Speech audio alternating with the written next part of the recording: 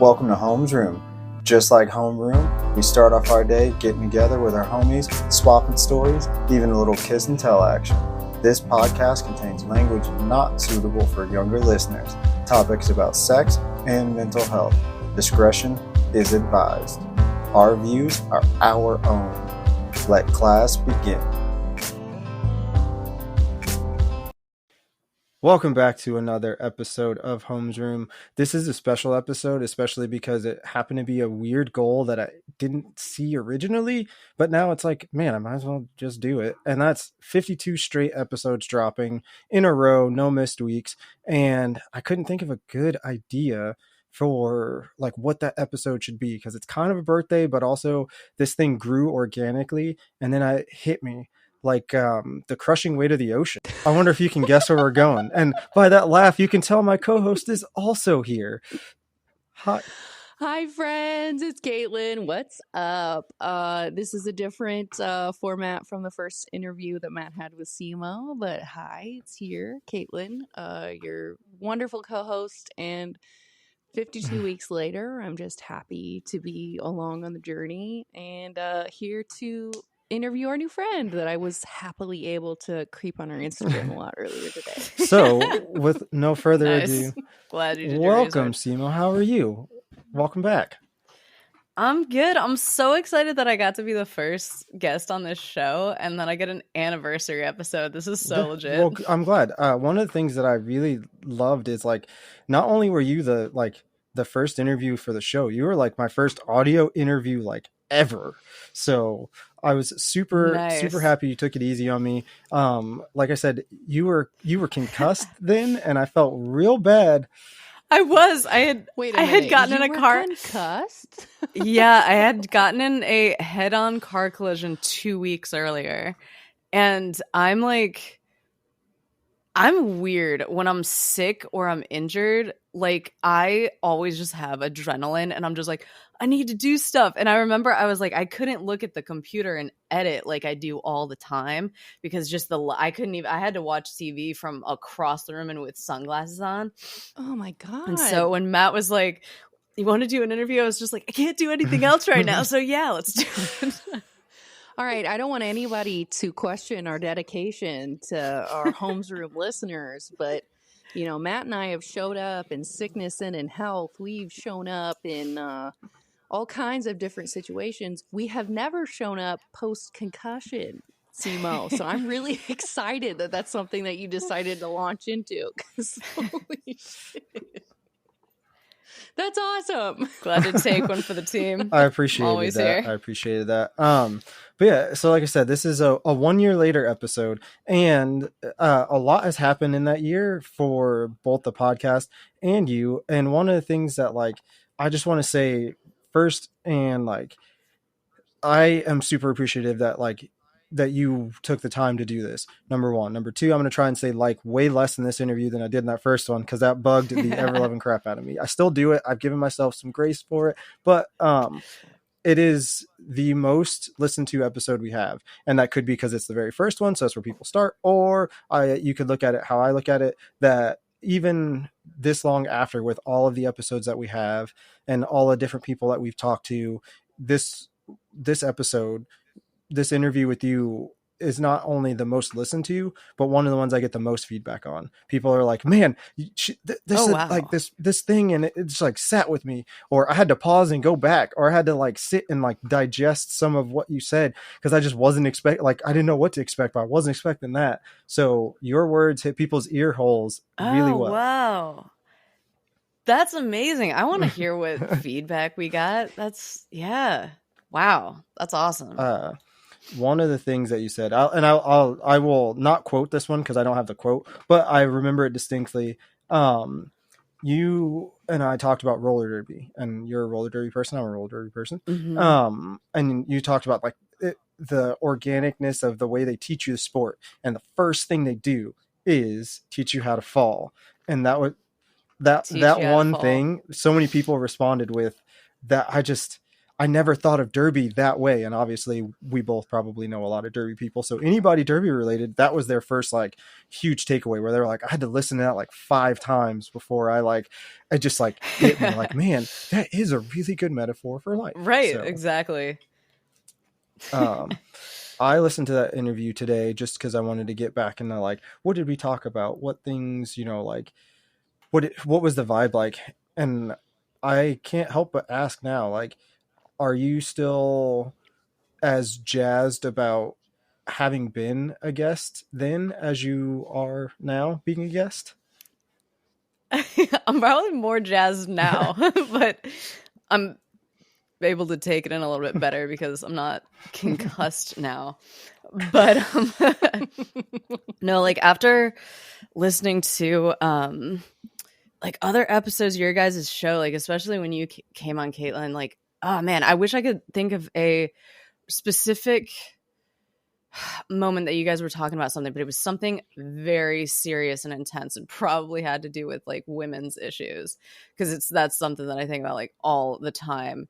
Oh man, I wish I could tell you like which podcast it was, or which episode it was, but it might come back to me. But now that I've seen you guys like kind of get your traction and the discussions, and it makes such a difference with you guys being able to like have 2 different viewpoints. Like I think I'm more jazzed now. Good. That's one of those things. I don't know. I'll defer to you, Caitlin, on that one. But like, I sought out when I created this, or I wanted to have somebody that had a different viewpoint than me, that balanced me in a way that like 2 guys can't have that conversation. 2 similar viewed people can't have that conversation. It takes different perspectives, different views on like life in general, and 2 completely different but open like communicators to have the like dynamic we have. So I'm appreciative of that. But what do you think, Caitlin? No, I totally agree. And I think we've had some like grounding conversations about topics that we want to approach. And usually they all end up in, what are the topics that are going to get us the most pissed off and animated? Those are probably going to be the best episodes of the podcast. So I really appreciate that, Seamo, because we've taken a lot of care in the last year that I've been involved in to have those more convoluted conversations about topics that maybe people shy away from or don't want to have an extended conversation about. But yeah, I appreciate you saying that, because I definitely feel that. I still so much I'm thankful that you are inviting me along for the ride, Matt, and here we are. Yeah. That'll make for good success. I gotta give credit to somebody on TikTok that I heard this from, but they were just like just talking about being in entertainment and getting any kind of attention. She didn't say that you need to be controversial, because some people just do that in order to like pick at people and just have that resonance, which is kind of negative. But she said that you have to be willing to like what did she say? Sorry. It wasn't controversy. Trigger people. You got to be willing to trigger people. Like, just like, don't search out controversy on purpose in that negative way, but be willing to trigger people, because that it really is what turns people's brains on. Like, no matter what their viewpoint falls on it. Yeah. I gave Caitlin that same feedback. Somebody messaged with like some stupid, well, I didn't agree with the way that you said this. And to me, while that may be hurtful to get, or that may be like sad to like, oh, somebody didn't, that was negative. It's like, I look at it as a positive, is that person was listening so intently that they were like, I am compelled to message you and be like, I disagree. That means we're doing our job. Right. And we've always said here at Homes Room, we're happy to receive any and all feedback, good, bad, indifferent, comments, supports, whatever.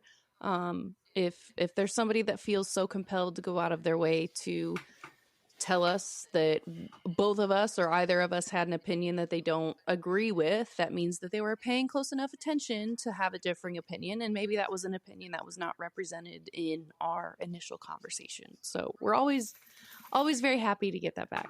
So I got another question for you. All right.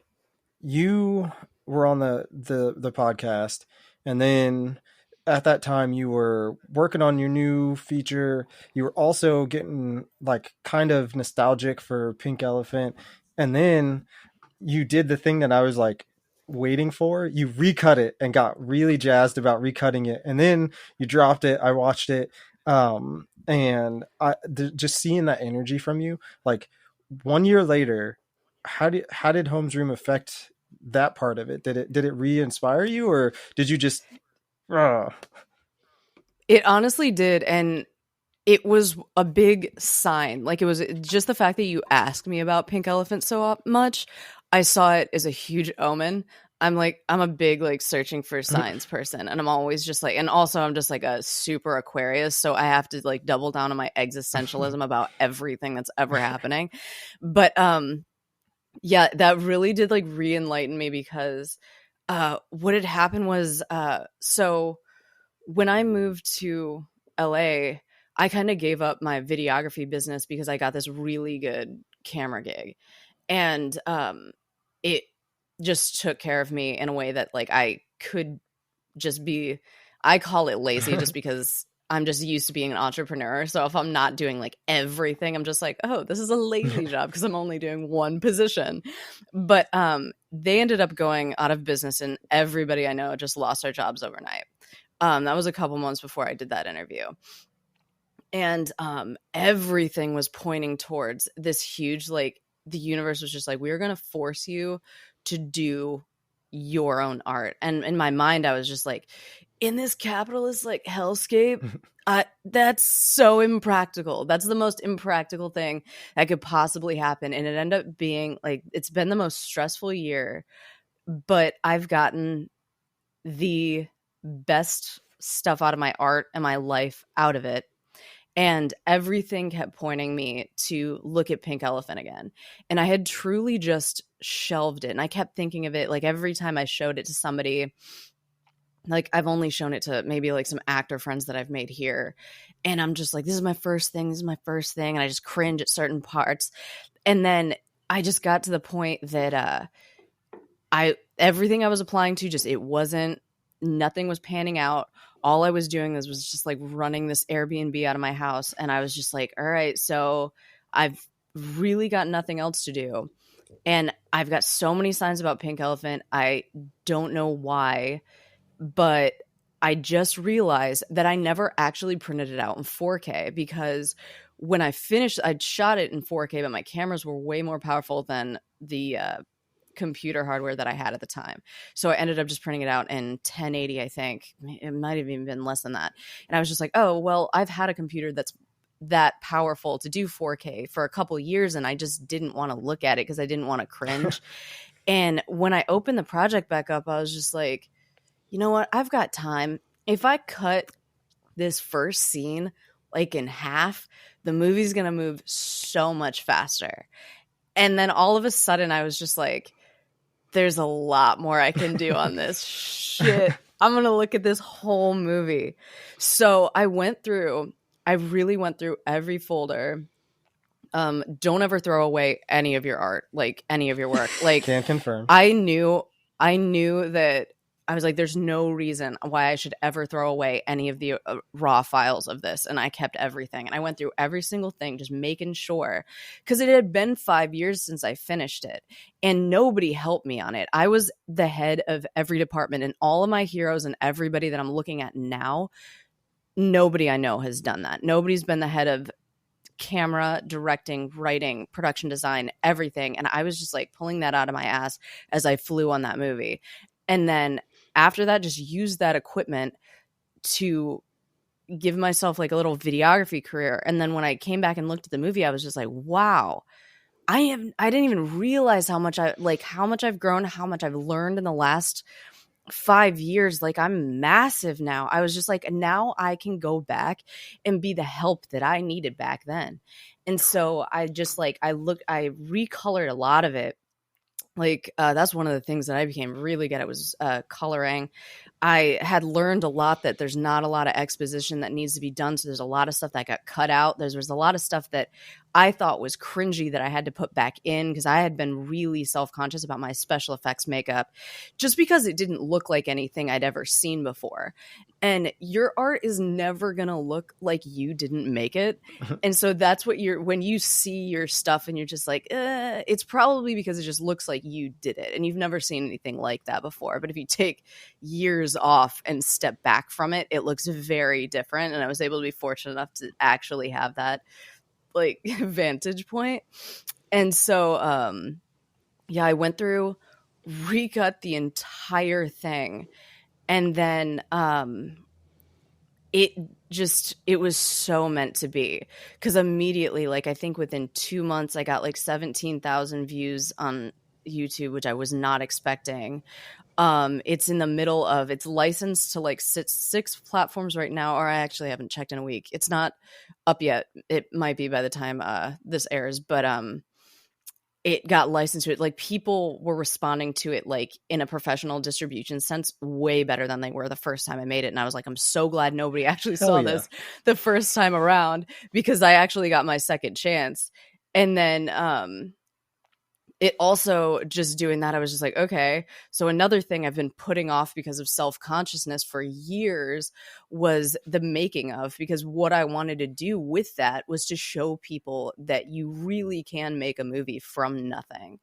And I wanted to explain exactly how we did that. And I put that off for years. Like, when I had my comfortable job last year, I was never going to do that. I came home from work every day and I was just like, oh, I'm tired and I'm participating in capitalism. So I did the right thing. And then when the universe just forced me to have nothing to do, I was just like, you literally have no excuse. Like, you have to do this now. And so I was just like, this might actually make a difference if I can explain to people. And I actually have started to find a little bit of momentum in an audience that are just like, I didn't know that people didn't know that you really can make a movie for nothing. Like, people are just like, I don't know where to start. I'm just like, to me, it's so easy because I'm so ambitious and overachieving. But I was just like, now I can actually go through and show people exactly that this is possible. And you don't need to be given permission to do your work. And that's why you're a perfect guest here, is because that's what we were talking about the first time around, is no fucking gatekeepers. You want to do something, go do it. And I love that that is what you're doing now. And I was going to ask you about those, just because like I've enjoyed watching them, and, just like then it's like my when I do laundry, like, I watch your whatever's currently up on YouTube for like either the week before or the week current, wherever I'm at, and I love that. So I love how you always watch my stuff when you're doing laundry. I don't know why. It's just funny. It's like I'm stuck here. I can't go anywhere. At least let me make this enjoyable. Let me put on something that's going to be like distracting and good.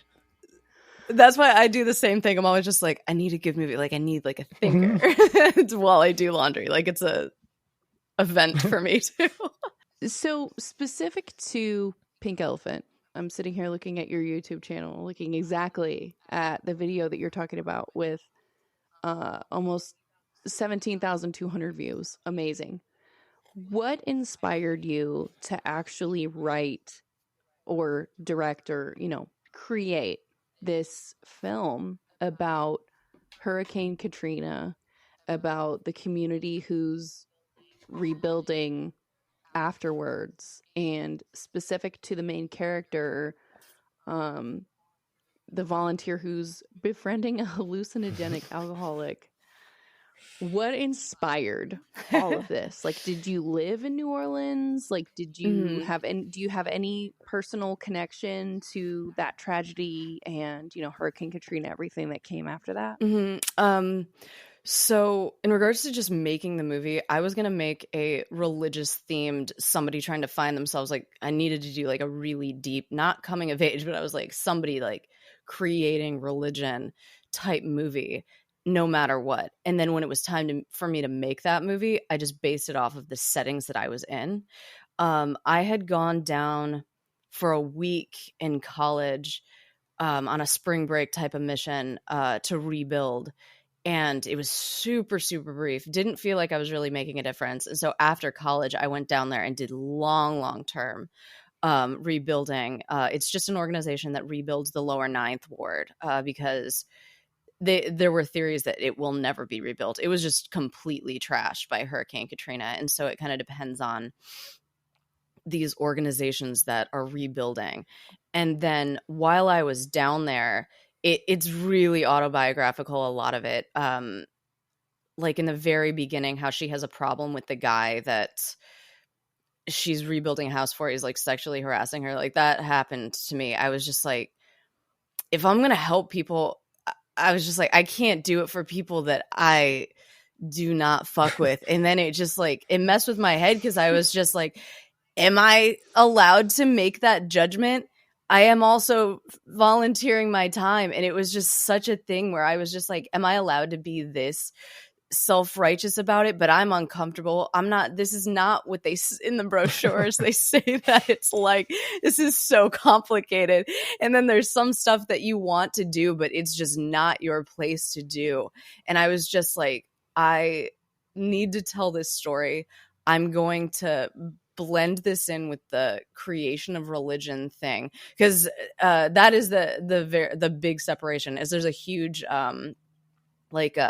doing mission trip religious stuff with the Hurricane Katrina rebuilding. It was not religious when I rebuilt stuff. Like the religious aspect was a completely separate theme that I was running with. But yeah, I lived down there for a couple years, and I'm actually about to move back down there to make my second movie.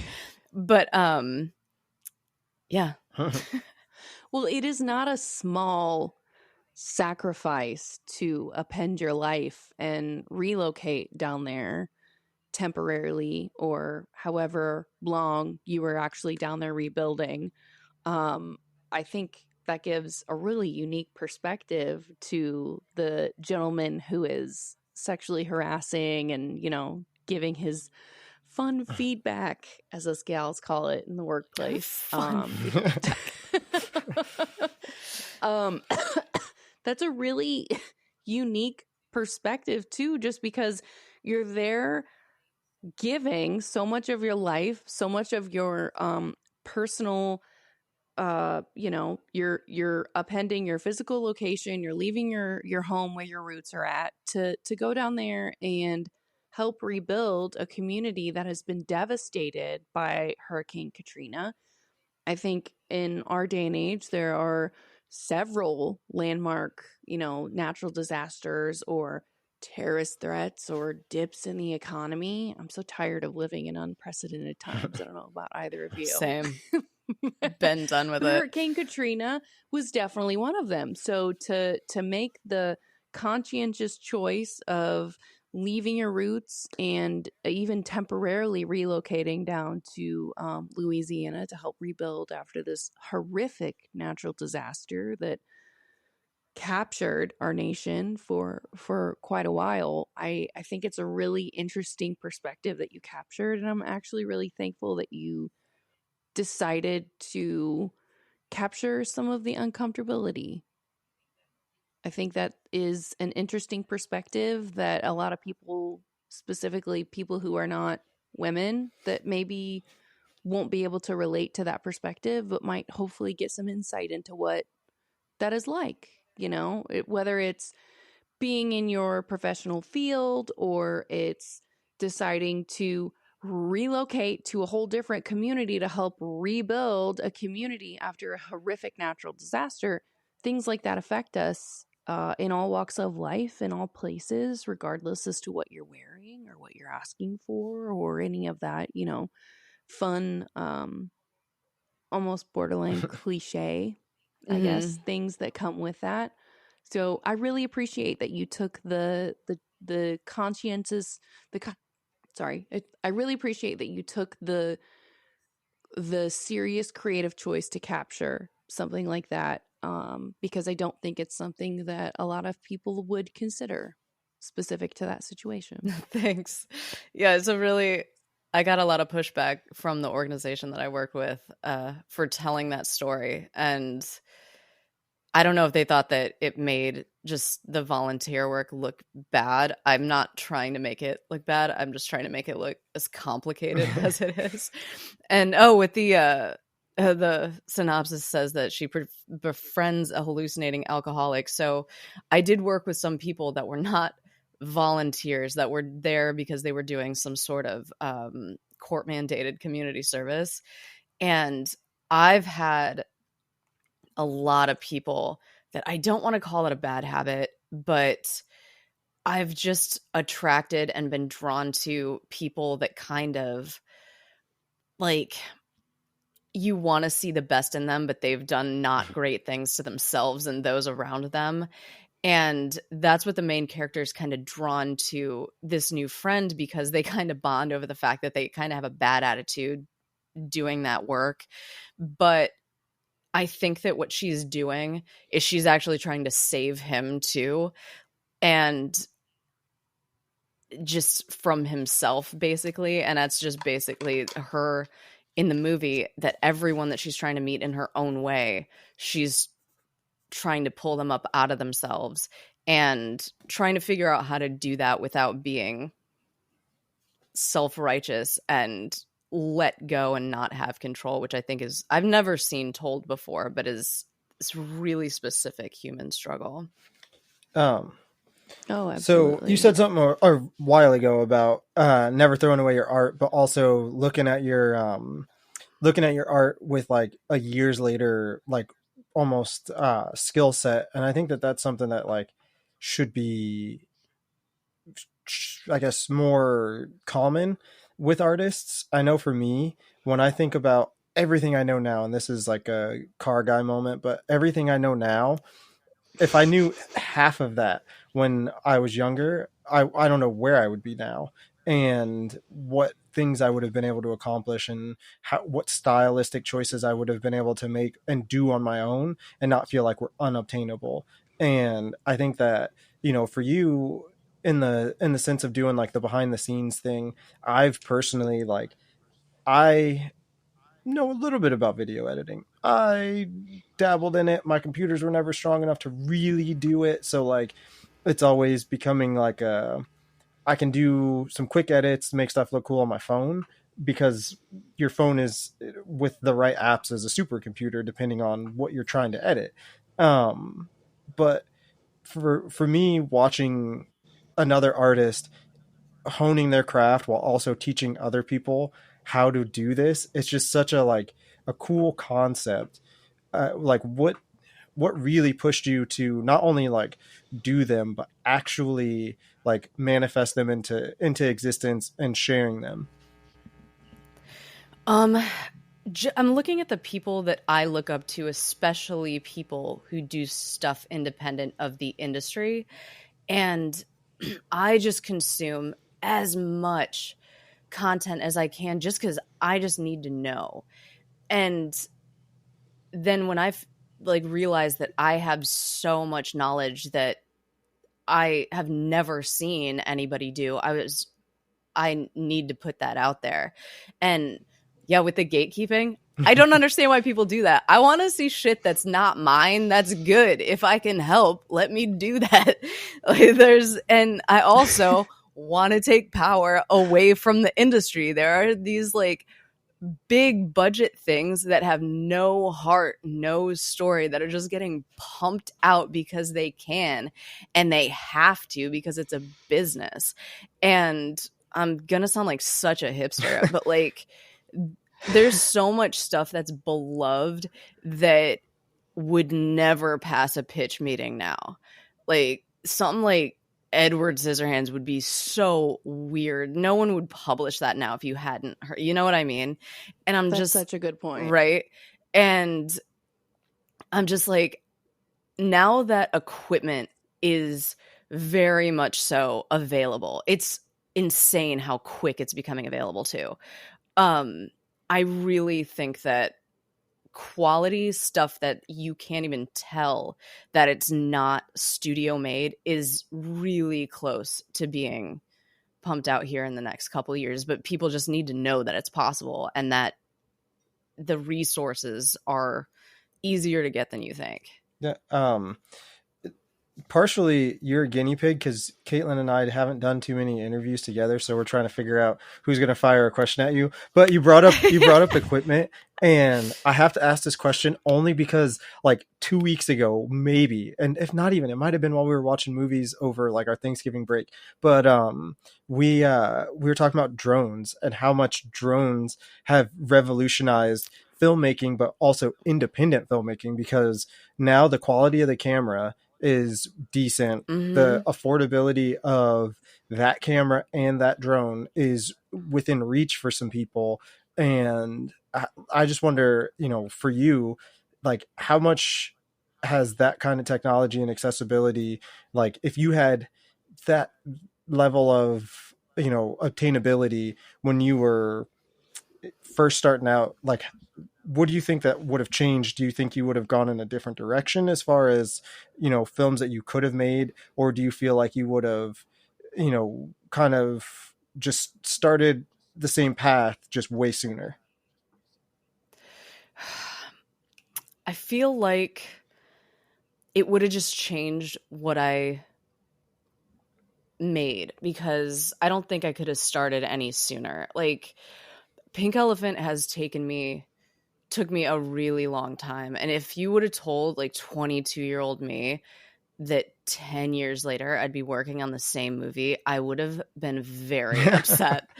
But now I'm looking back at it and I'm just like, no, you know what? Like I did my 10,000 hours doing one project. I actually now, and 22-year-old me would hate me for this, but I would rather that happen than me have pumped out as much as I could and had more projects under my belt than just one that I really just polished. Because now this next one is going to be like worlds away from Pink Elephant. But having something like a drone, oh my gosh, I would have loved to have a drone on Pink Elephant. That was not possible in 2015. I think it was a couple years.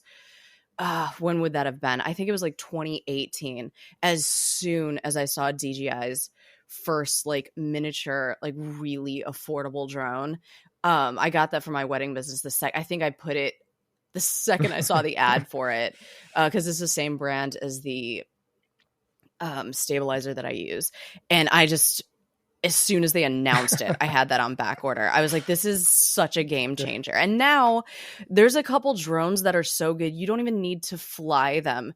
Like I think one of my assistants and I, we were holding it because they have such a smooth swivel that you can just do those like walking through rooms, like real estate type photography. And you would never know that it's a drone. It's just so beautiful. But yeah, having equipment like that would have just changed the quality of the stuff that I made. It made it look a lot higher budget.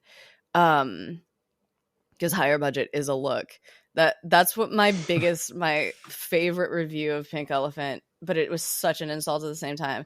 Like people on Reddit, when I had posted, because I was being gutsy, and I like posted the trailer, and people had said, like some people were just like, oh, it looks like low budget piece of shit or whatever. And I was just like, I titled it, it's a no budget project. Like I told you that, so shut up. But then other people were just like, this isn't no budget. And they were getting into an argument about like how you can actually call it a no budget film up to $1 million. And I was just like, this is so unfair. What? Yeah, you can technically, and I can't stand it. I watch those like roundtable, the Hollywood Reporter roundtables all the time, like especially the screenwriter and directors ones. And some guy was just like, I'm used to working on low budget films like $5 million. And I was like, shut up. Shut up. I'm sorry. No. Like, my movie costs, and I'm really open with how much my stuff costs too. Just because people need those numbers when they're looking at making stuff. And I'm just like, no, mine was truly, truly no budget. We did a crowdsource just because I tried everything. Like when you're trying to make a project like this, try everything. And even if you get something, even if you did decent crowdfunding, keep going. Like try for more grants, try for everything up until you're actually not even until you're actually shooting, because you can get grants for post. So just keep trying to get as much as you possibly can the whole time. So we got $1,000 for our crowdfunding. All of that was just craft services. I just went to Costco. We got $1,000 worth of food. And then the rest of everything else was just volunteer work, because every single person that worked on it was doing it because they needed that resume and that real work for that. I've been in a feature before. So it was just really good timing for everybody. And it was just everybody was on the same level. And what the movie cost me, besides my time, besides 10 years of my life, was me buying a computer and buying the camera. So I want to say that was about $5,000 that I paid off over a couple of years. So mine was actually no budget. Holy crap. That's definitely not $5 million. No, it isn't. Love how that, like, I don't know what to call mine if low budget is $5 million. Just you literally say in a video that you posted 3 months ago, location scouting for a no budget indie film. And when we say no budget, we were like going through fences. I haven't released that episode yet, but we were like squeezing through fences, trespassing everywhere that we went to make that movie. Perfect. That's wonderful. So for you as a creative, Matt and I have had some animated discussions about this, maybe more off camera than on. What is your perspective about AI and how it is changing the industry for filmmakers and maybe for content creators too, for podcasters? I know for me as a podcast content creator, I'm thankful for AI to maybe ease back some of the strain of editing and all of that. But in your perspective, as somebody who's far more creative and way smarter for all of those things than I am, what is your perspective on AI and maybe how that has changed in the last year too, since your last interview with Matt? I only just started thinking about AI, and my opinion of it is that it really creeps me out. I don't like it. It's like Black Mirror episode that I'm not liking it. But you're right. The parts that I do like about it is now if something like CapCut counts as, like you edit for TikTok videos, if that counts as AI, because it is just editing templates, those are great, because as a small business, like what I do is shooting weddings. I've been able to pump out so many little videos so quickly. I used to edit a wedding and I could make like 5 advertisements. And I was just like, that's as much time as I can allow myself to spend on this. Now I just export a bunch of all my favorite clips from that wedding. And then I can just sit there on my phone and run them through CapCut templates, and I've been putting one out every day. And the amount of followers and attention and like leads that I get for my business through that is so significant, because I've completely cut out having to just my time. Otherwise I wouldn't have the time to sit there and do those ads. But now I do. But as far as being a creative I think that it's getting really dangerous now that I've seen how they can make someone look, it's indistinguishable from a person recording a video now. I think that's super dangerous and taking away from actual creatives, actual people with like soul and something to say. And I think it's just going to be this robotic way of just pushing the industry and whatever needs to be made for profit forward. And that's starting to get creepy to me. It's just season 6, episode 1 of Black Mirror. No, I totally feel that. And that was one of the reasons why I was paying attention to the actor strike so much, the writer's strike, and following that, the actor strike that resolved after the writer's strike in LA, SAG, and all of those union decision makers that met all of these huge heads of corporations at the table to try and negotiate terms of these actors of, we do not want to lose our likeness to artificial intelligence. It was one of those things in the contract where, like, if you want to be a generic background actor for an unlimited number of projects, then you just come to the studio and record and film your voice, your face, your body, and all these other different positions. Definitely one of the biggest reasons that I paid attention to all of that, and especially paying attention to the specific language of the agreements that were met after a record breaking, like 3-4 months of pickets and protests, and we're just now starting to go into the downfall of what happens when an industry is stagnant because of protests. Right. So are there any movies coming out in theaters that I'm super excited for in the next 12 months? Probably not. Right. But power to the people, power to unions, and especially people who are trying not to lose their individuality to artificial intelligence and all of those that might bring great ease of editing and content creation and all those things with artificial intelligence. ChatGPT is one of my BFFs. I'll straight up own it. But there's a difference between using ChatGPT as a source of inspiration versus using artificial intelligence to completely reimpose or recreate a person's likeness, right? To be like a background or even main actor. I don't know. There have been all kinds of what are they called? Where like they put the politicians' faces and they like reimpose all of it, and it's like super convincing video, but it's completely, I know what you're talking about. Yeah, completely fake. Right. So yeah, I was just very curious about your perspective of that from a career-long creative. I thought definitely aligns with mine. The writer's one is still bizarre to me. I can't believe that they think that AI can write scripts, because I don't know if they're already doing that, but too many shows I see now, and it's like, I know that I love TikTok and it's probably killing my attention span a little bit, but it's not that bad because I can still watch movies that I haven't seen, but it's usually stuff that's kind of older will grab my attention and keep me. Stuff now rarely keeps me, and I'm sitting there like thinking that I have like some sort of attention deficit, and I'm just like, I don't think it is.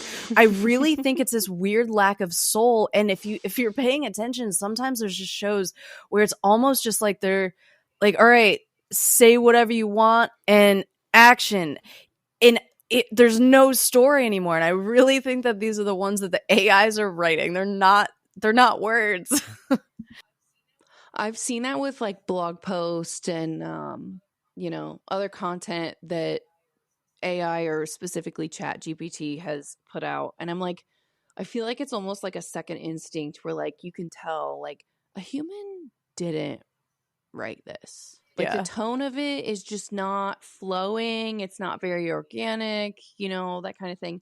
So I don't know. I think that's just a milestone for where the technology is at right now. Give it another few years, absolutely it will be indistinguishable from regular humans and their creative voice and the voice that they have while they're writing.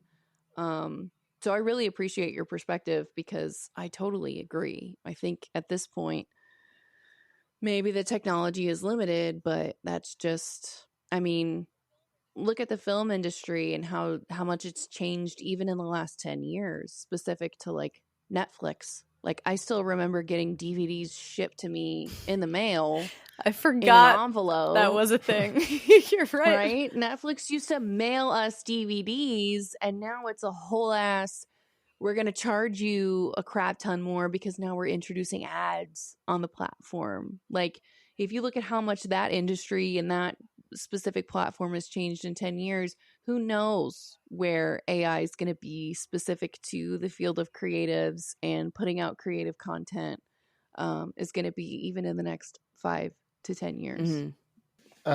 So from AI to what you got coming up next. When we last spoke, you were doing location scouting and you were really jazzed about that. And I remember talking to you about, whether or not you let the location speak to you or if you try and find the location based off of writing. But how did location scouting go? And you said you were possibly moving to get ready to film again. So what we got going on? I think I'm gonna have to rewrite the script. I wrote it so specifically for Philly. I wanted to shoot it like in this around the same region that I grew up in, and I just don't think it's gonna. I don't know. I had written the script for the Philadelphia Film Commission, like a competition that I sent in 2 years in a row. I got nothing. And I was just like, okay, fine. I tried to like kiss so much ass trying to make it so Philly specific. And I think that we're just going to change it to New Orleans now. I don't know why. I'm just getting a weird feeling. And whatever smoothly happens, that's what's going to happen. But if we do end up shooting in Philly and New Jersey, we do have all the locations already pinned out. But yeah, my old roommate from Philly, one of my friends, she works for M. Night Shyamalan, and she just came back here from Casual. I was so excited. Like, she's doing so good. Shout out to my friend Nikki Cash, because she, when Knock at the Cabin, the credits rolled, she was so high up. I was just like, I'm so proud. But that's awesome. But yeah, she like made me cry like a month ago. Just sent me this message because she's had nothing to do because the writer's strike affects her also. She's been living in Spain and she couldn't come back here because there has been no Hollywood work across America. But she was just asking me just out of nowhere, what are you doing next and how do we get this started? And what we're just trying to do right now is just figure out how to get as much for this next one as possible, because it just feels redonkulous that I would have to start from scratch because I've made an entire feature film already. And I'm just trying to that's where I am right now, just trying to get savvy about who to put this in front of to be like, I've done this for nothing. Like, this is going to happen no matter what. I just want it to be the biggest thing that it possibly can be. Absolutely. And so she helped me figure out like a bunch of places. There's a really cool place called Graffiti Pier. I think it's called Graffiti Pier in Jersey that we were going to shoot at. But yeah, if we end up shooting in New Orleans, I'm going to have to totally redo it. But that's my favorite city in the world. And it will make a difference that I've not been there in years. They actually, historically, I don't know if you know this fun old Hollywood fact, is if you pay attention, a lot of movies have cinematographers that are foreign, or our cinematographers will do other countries' movies, because it's a trick that you'll see things very different to a place that you're not native of. And so you'll film it in a way more creative way than anybody else will. That's so cool. So I get my biggest inspiration for location scouts if I have not been to a place in a while. So I'm excited. I haven't been back to Philly or New Orleans, and either one of those cities will shoot. And yeah, so it looks like I'm about to move back to New Orleans, and I'll start looking and see if we're going to shoot there. Well, that is perfect for the last question before the this or that. And that is, where would you love to be a year from now? If this is a year from back then. Ooh. Oh my gosh, I have such big plans for this year. I would like to have filmed this next movie from a year from now. Honestly, I am putting it out into the universe that I want to be living a life that is completely indistinguishable from anything that I've ever known before. Hell Like, yeah. just because of this year and having kicked my ass in my near-death experience from right before the last time I was on this show, I'm just like, it has made me just, most of the fears that I have are just gone, and I'm just like, all right, it's time. Like, anything that I thought was later needs to happen now. Just, I'm ready for it. I'm not sitting on it being like, life is going to happen later, maybe someday this. And so, yeah, this next year I have a lot of stuff that I have, but the big one is I want to have finished filming that movie, and I want it to be big. I love that. I hope that happens. And this is one of my favorite, like, kind of, I think only creatives will like appreciate it. But Keith Urban, it's like one of my favorite quotes. And whenever I think like, I don't know where I want to go or what I want to do or what's going to happen, the quote comes back to my mind. And he said, you know, I'm ready to bleed for my art. I'm ready to do whatever I have to do for my art. So in the end, like, if I'm going to be a starving artist, let's start the starving, like, cause I want to get there. And that just always hits home. Cause it's just, it's like, yeah, right now, I don't care what happens between now and then, but I want to get there, and I want to be in a drastically different place now. And the only way to get there is to just take that first step. Let's get started. Let's do it. Right. So I love that. That's another reason why I wanted to do that. The making of Pink Elephant was just as important to me as the movie itself, because one of the things that people really stop themselves from making their art is that they think that their life circumstances are not perfect for it. And I don't know why it's wired in my brain that I'm just like, this is exactly what I'm doing and nothing's ever going to stop me. But when I tell the story of like what was happening to me at the times that I was making this movie, it's like horror stories, and it's excuses that people use that would stop them from making their art. Like, I don't know, just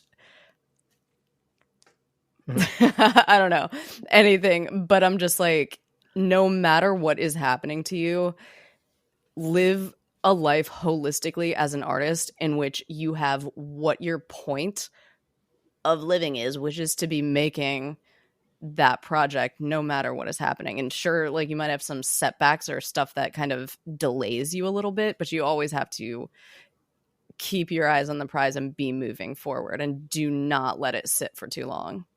Love that. Yep. Well, if that's not a decent kick in the ass from a fellow creative, I don't know what is. Damn, that's awesome. I said it on my Instagram story right before we sat down to interview. If you want to root for an underdog, root for a creative, and I wholeheartedly mean that. That's awesome. Yeah, we love that sentiment here, and that's another one of the like feedbacks that like I got from your episode, and I get from any creative that I know that listens to that episode, and they're just like, man, I listened to that episode and I can't not be inspired now. Like, I have to do something. And I even get somebody that says every once in a while they go back and they'll just like replay, like they I assume they screen recorded or something, and they just play like a couple of clips from it. They won't tell me what the clips are, but they tell me that there's just a couple of clips that they love to go back to because it's inspiring. So I just love that. That makes me so happy. Hopefully there's more sound bites from this one too. So that's what I'm doing. I'm out here suffering. So everyone else can run. Creative, it feels like it's got to be something that you just have to eject out of your body, and you're not going to be content until that product or that art is like out into the world for other people to consume. So I really appreciate you keeping your nose to the grindstone and staying true to your own creative journey, because that is super admirable. I think after that much time, other people would be like, well, maybe I need to leave this project alone or move on to the next thing or whatever. So huge props to you for keeping your keeping your heart in the right place and putting out an end product that you are super, super proud of. I think a lot of people can take that to heart and use it for their own inspiration. Thank you. I'm definitely inspired after hearing your perspective. Thanks. That means so much. Thank you. All right. So we got the this or that. So the first one, making a film abroad or somewhere local but historical. And you know how hard it is to get into somewhere historical. Ooh. So yeah, I wasn't gonna make it easy. I think local, but historical. Yeah, I figured you would go that way. That's just just something about, especially like if your original spot was like wanting to do Philly and you've already recorded in New Orleans, like yeah, that seems like the right thing. But yeah, the amount of stories that I can think to do in Pennsylvania alone is I already have lists on lists. So that one, yeah. All right, next one, a dream cast or dream equipment. Ooh. It burns. I'm gonna have to say cast. Just because I think that I could get, like, I've already proven that I can do it. Nobody ever believes me that I shot like most of the things I've ever shot on a GH4. Even when I tell people that know cameras, they're just like, do you mean the GH5? I'm just like, no, I don't. The one that was like a practice run for the GH5. And there's also movies like, I love Eternal Sunshine of the Spotless Mind, and it's a perfect movie, but it's just like the resolution of it is, they even made it kind of grainier just stylistically, and now that it's aging, you would never think that it's old just because Kate Winslet and Jim Carrey are just brilliant. And in both of the aesthetics of that entire piece is just great. But something that looks like that could be shot so easily by anybody now. So I'm going to have to say cast. Yeah. And you know why you say that? Because you're a true artist. It's not about the bag. It's about the art itself. So yeah, I love that. And this one, the last one, it's a little selfish, and don't worry, you're not going to hurt my feelings. But okay, helping me finish my script or starting a new one with no real idea ready, you just go with it. Helping you finish your script. I would never start anything not knowing where I'm going with it. You see how I trapped you into that one? You did. That's a true friend you right did. There, you right? did. You did trap me into that one. But also, I would never no. I have the movie in my head, like start to finish. Granted, it will go through 5 different. The script that I'm writing now, the beginning and end of it is like the first 15 pages. Like it got pushed all the way up.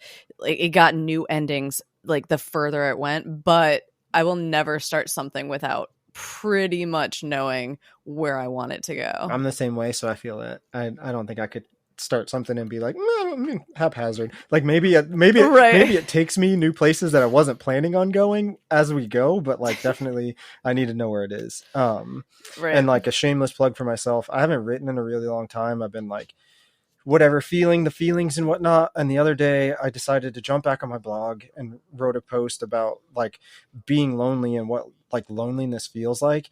And I got so much like positive response for it. I was like, damn it, I think I need to write again. So, there you go. There's your omen. Exactly. So it's a full circle thing. Cause now talking to you, I have to be inspired to write, you know what I mean? So, yes. And we got another writer sitting over here who is also supposed to be writing. So are you writing, friend?